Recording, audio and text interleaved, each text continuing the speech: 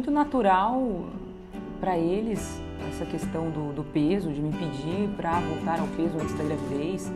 E eu também levava numa boa, embora fosse muito difícil perder praticamente 10 quilos, que é o que eu tinha que perder ainda. O mais difícil foi chegar, já pensou você chegar na sua casa e ter que explicar para o seu marido, na época eu era casada, ter que explicar para o seu marido que você foi mandado embora por causa da sua aparência. Isso acabou comigo, acabou. O maior preconceito que você sofre é dentro de casa. Porque na rua é difícil a pessoa que chega pra você e fala o que ela pensa. Mas dentro de casa as pessoas chegam e falam.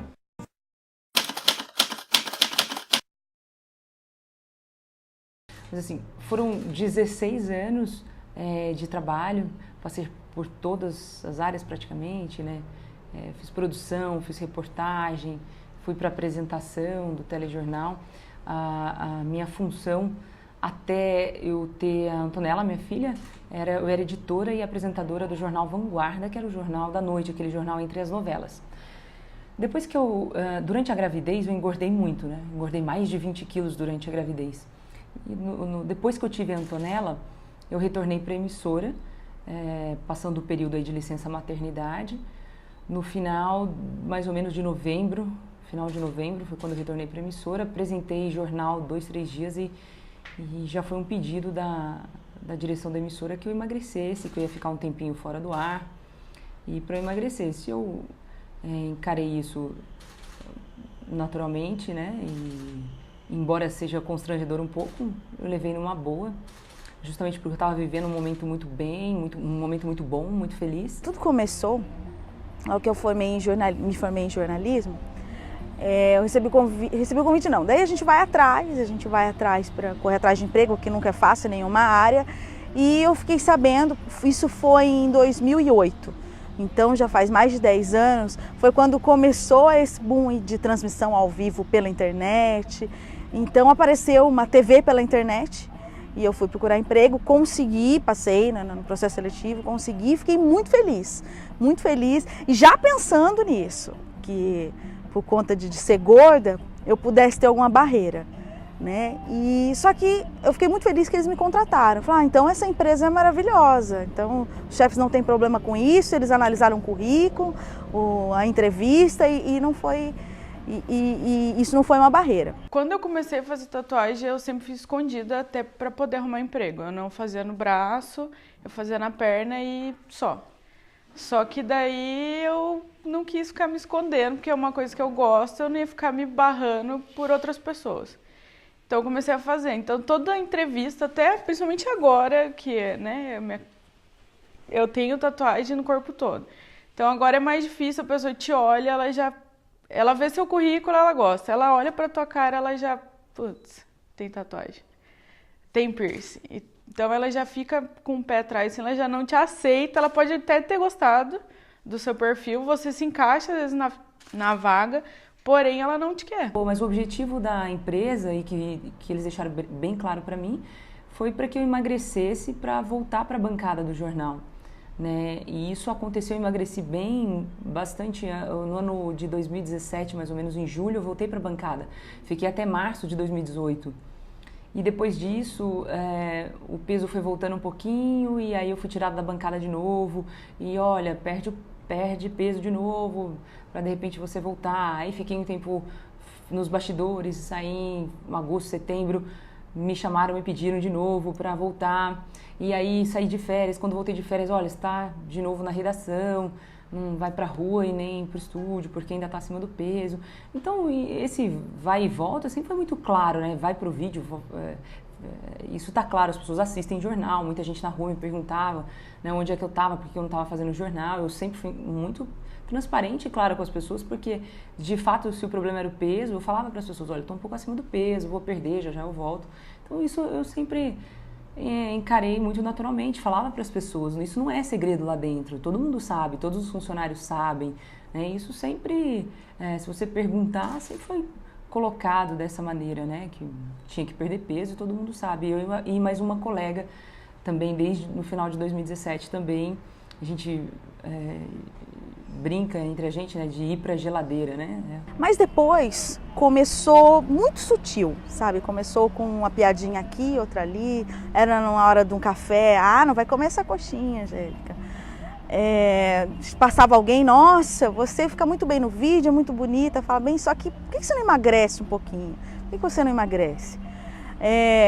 Em casa também, né, todo mundo falava, Angélica, ou você quer ser jornalista, ou você cuida da sua aparência e investe no jornalismo, ou você muda de profissão. Porque o jornalismo, é claro que tem outras vertentes, tem outros ramos, só que onde eu queria, que era o vídeo, que era a TV, um preconceito assim nacional. Você não via na televisão mulheres gordas apresentando jornal, não via fazendo reportagem, não tinha nenhuma referência.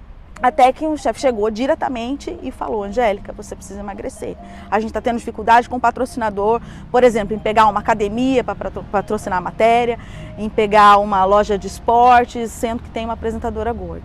E tinha umas piadinhas, tipo, vai ter uma corrida na cidade, a Angélica não pode cobrir a corrida, não faz sentido nenhum ela fazer a cobertura da corrida. Eram pequenas coisas que iam machucando. Quando eu fui chamada para esse desligamento, natural também, eu fiquei surpresa pelo desligamento, justamente por eu ser uma pessoa multifuncional lá dentro, fazer praticamente tudo lá dentro, né, e estar apta a fazer outras coisas.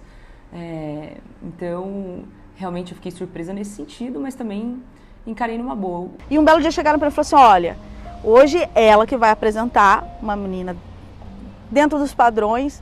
Eu acho que dentro dos padrões é difícil dizer, porque pressão estética é uma coisa que todo mundo sofre. Eu sofro, você sofre, o menino da produção sofre, os meninos sofrem, todo mundo sofre. Mas era uma pessoa que se encaixava mais no padrão e ela ia apresentar. E me pediram para escrever tudo do TP, né, que fica passando para a pessoa ler. E eu me recusei a isso. Eu falei, eu não vou sair do vídeo, escrever um TP para outra pessoa falar só porque eu não tenho o perfil para aparecer na televisão, para aparecer na internet. Acontece que o post viralizou, e viralizou por quê? Porque muitas mulheres se identificaram com isso, mas eu acredito que aqui na região, acima de tudo, porque as pessoas estão ali acostumadas comigo, né?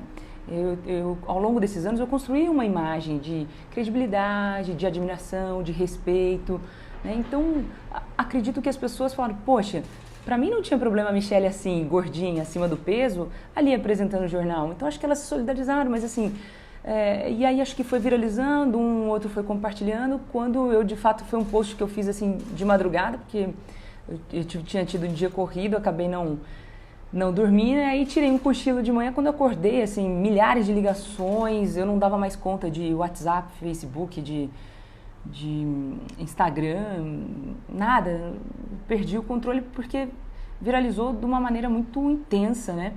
E aí eu vi mulheres que viraram mães e falaram, poxa, depois que eu virei mãe, eu tive essa dificuldade de me recolocar no mercado, ou tive problemas na empresa por ter sido mãe.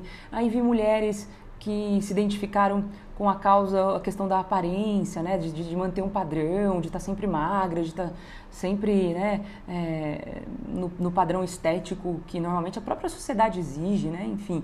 E mulheres falando isso, poxa, eu também não consegui, sou questionada no trabalho, fora, enfim. E aí eu vi que as pessoas se identificaram, foi apenas isso. A discussão há 10 anos atrás, apesar de parecer um curto espaço de tempo, era muito diferente do que é hoje. A discussão era muito diferente. Eu fico muito feliz dessa discussão ter avançado um pouco, mas em contrapartida eu fico muito triste de quando eu vi a notícia do que aconteceu com a Michele Sampaio, me fez reviver tudo isso e eu cheguei a pensar que era uma fake news, que eu não podia acreditar que isso acontecesse em 2019, né? Uma coisa assim inadmissível. Diante do fato da própria empresa negar uma coisa que é verdade, né, e que aconteceu, né? Acho que também eles poderiam ter encarado isso um pouco mais naturalmente, né? Eles poderiam ter encarado, não, sim, aconteceu, poxa, a gente preza por isso, né? Que a pessoa esteja dentro do peso, tal, enfim, o que eles quisessem falar, mas fossem verdadeiros, né? Então isso, a partir do momento que mexe um pouco com a nossa índole, né? A empresa, ela pode, em princípio, exigir algum padrão estético do empregado se e somente se esse critério estiver intimamente relacionado com a função que vai ser desempenhada por esse empregado. Vou dar um exemplo. uma empresa que exige o padrão estético de não uso de barba pelos homens. Se for uma empresa, uma indústria que na área de produção emite gases tóxicos e um dos EPIs necessários é a máscara facial, essa empresa está certa em exigir a ausência da barba para que haja a correta aderência da máscara facial respiratória, do EPI indispensável para o exercício daquela função. Porque a barba, ela vai impedir que a máscara se ajuste corretamente ao rosto e, portanto, o empregado inalaria aqueles gases tóxicos. Nesse caso, é uma exigência de padrão estético, mas, no entanto, não é discriminação, porque há uma correlação lógica entre o que está sendo exigido e a atividade exercida pelo empregado. O que não pode haver é uma exigência de padrão estético que esteja totalmente desvinculado da atividade que vai ser desempenhada pelo empregado. Aí sim passa a ser uma discriminação ilícita. Infelizmente, essa é uma grande realidade no nosso país, né? Existe muito preconceito ainda e a questão visual, a aparência ainda é muito levada em consideração. Mas a minha principal dica, o meu conselho é que você tenha sua autoestima, não se deixe abalar pelas circunstâncias, por aquilo que alguém venha dizer para você.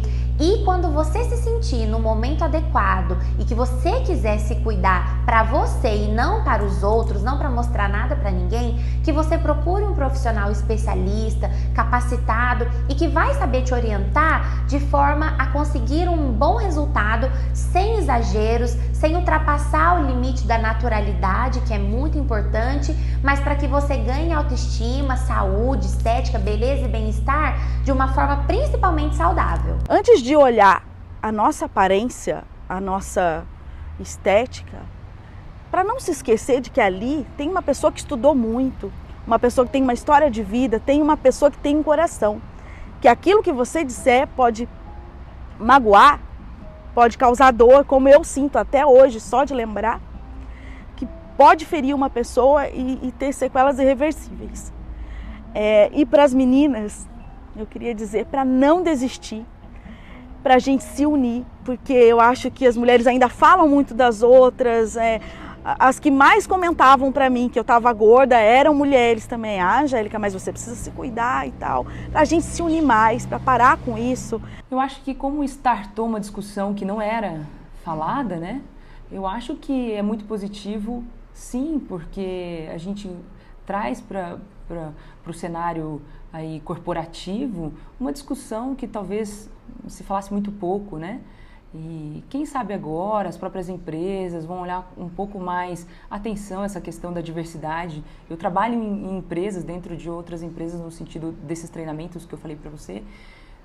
Eu vejo empresas que já lidam muito bem com essa diversidade, né? Mas outras ainda não. Talvez a gente tenha levantado uma discussão importante para as mulheres, importante para as empresas, né? Talvez uma sementinha, alguma coisinha que a gente plantou para o futuro. A gente vê aí as redes sociais chegando de uma maneira avassaladora, né? E quer diversidade maior que nas redes sociais, né? Quem tem milhares de seguidores em canais, né? A gente não vê que é pela cor, pelo peso, né?